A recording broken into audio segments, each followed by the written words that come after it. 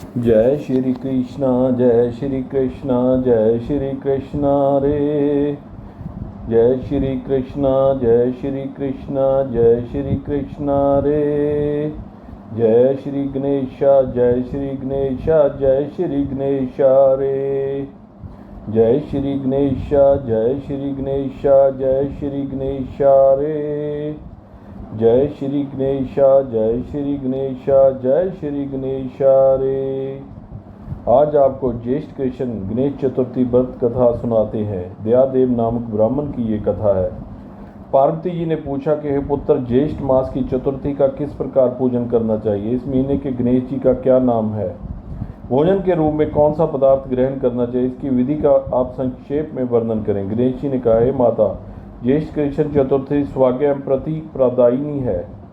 इस दिन आखू मूषक रथा नामक गणेश जी की पूजा भक्ति पूर्वक करनी चाहिए। इस दिन घी निर्मित भोज्य पदार्थ अर्थात हलवा, लड्डू, पूड़ी आदि बनाकर गणेश जी को अर्पित करें।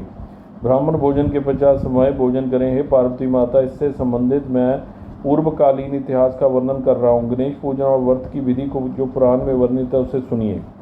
सतयुग में 100 यज्ञ करने वाले एक पृथु नामक राजा हुए। उनके राज्यांतर्गत दयादेव नामक एक ब्राह्मण रहते थे। वेदों में निष्णात उनके 4 पुत्र थे। पिता ने अपने पुत्रों का विवाह गृह सूत्र के वैदिक विधान से कर दिया है। उन चारों बहुओं में बड़ी बहू अपनी सास से कहने लगी, हे सासू जी, मैं बचपन से ही संकटनाशक गणेश चतुर्थी का व्रत करती आई हूँ। मैंने पितृगृह में भी इस शुभदायक व्रत को किया है। अतः हे कल्याणी, आप मुझे यहाँ व्रतानुष्ठान करने, व्रत रहने की अनुमति प्रदान करें। पुत्र वधू की बात सुनकर उसके ससुर ने कहा, हे बहू, तुम सभी बहुओं में श्रेष्ठ और बड़ी हो।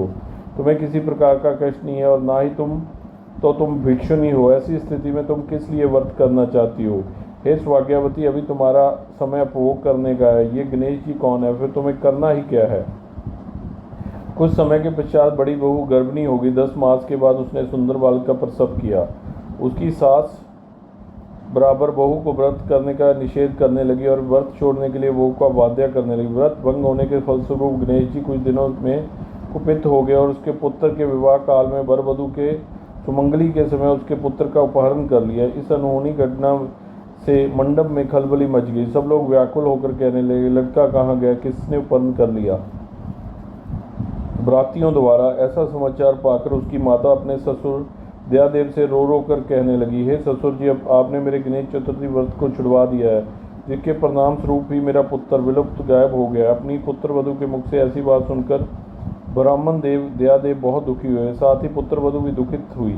पति के लिए दुखित पुत्र वधू प्रति मास संकटनाशन गणेश चतुर्थी का व्रत करने लगी।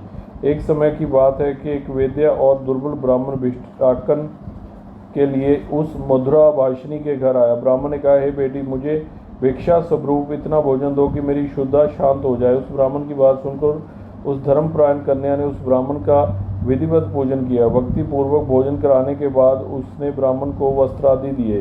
कन्या की सेवा से संतुष्ट होकर ब्राह्मण कहने लगा, हे कल्याणी, हम तुम पर प्रसन्न है। तुम अपनी इच्छा के अनुकूल मुझसे वरदान प्राप्त कर लो। मैं ब्राह्मण वेशधारी गणेश हूँ और तुम्हारी प्रीति के कारण हूँ। ब्राह्मण की बात सुनकर कन्या हाथ जोड़कर निवेदन करने लगी, हे विघ्नेश्वर, यदि आप प्रसन्न हैं तो मुझे मेरे पति के दर्शन करा दीजिए। कन्या की बात सुनकर गणेश जी ने उससे कहा कि हे सुंदर विचार वाली, जो तुम चाहती हो वही होगा, तुम्हारा पति शीघ्र ही आवेगा।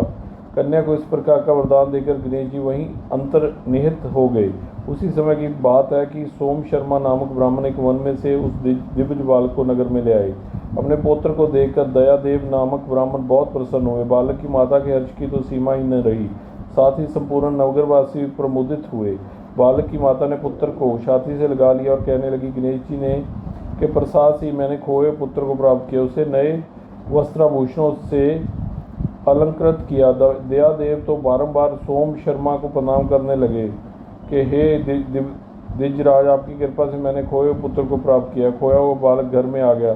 सोम शर्मा को सुस्वादु भोजन कराकर धोती दुपट्टा से विभूषित करके गोदान किया। फिर से मंडप का निर्माण करके विधि पूर्वक वैवाहिक कार्य संपन्न किया। इससे सभी प्रवासी प्रसन्न हुए। वह भाग्यशाली कन्या अपने पति को पाकर धन्या उठी। ज्येष्ठ मास के कृष्ण पक्ष की चतुर्थी मनुष्य के मनोरथ को पूर्ण करती है। इस दिन नर नारियों को एक दंत गणेश की पूजा करनी चाहिए। हे देवी, पूर्व कथित रीति से भक्ति पूर्वक जो व्यक्ति इस व्रत पूजन को करेंगे उनकी संपूर्ण इच्छाएं पूरी होगी। श्री कृष्ण जी कहते हैं, हे राजन युधिष्ठिर, भगवान गणेश जी के व्रत का ऐसा ही महत्व है। हे महाराज, अपने शत्रुओं के विनाशार्य आप भी इस व्रत को अवश्य कीजिए। जय श्री गणेशा, जय श्री गणेशा, जय श्री गणेशा।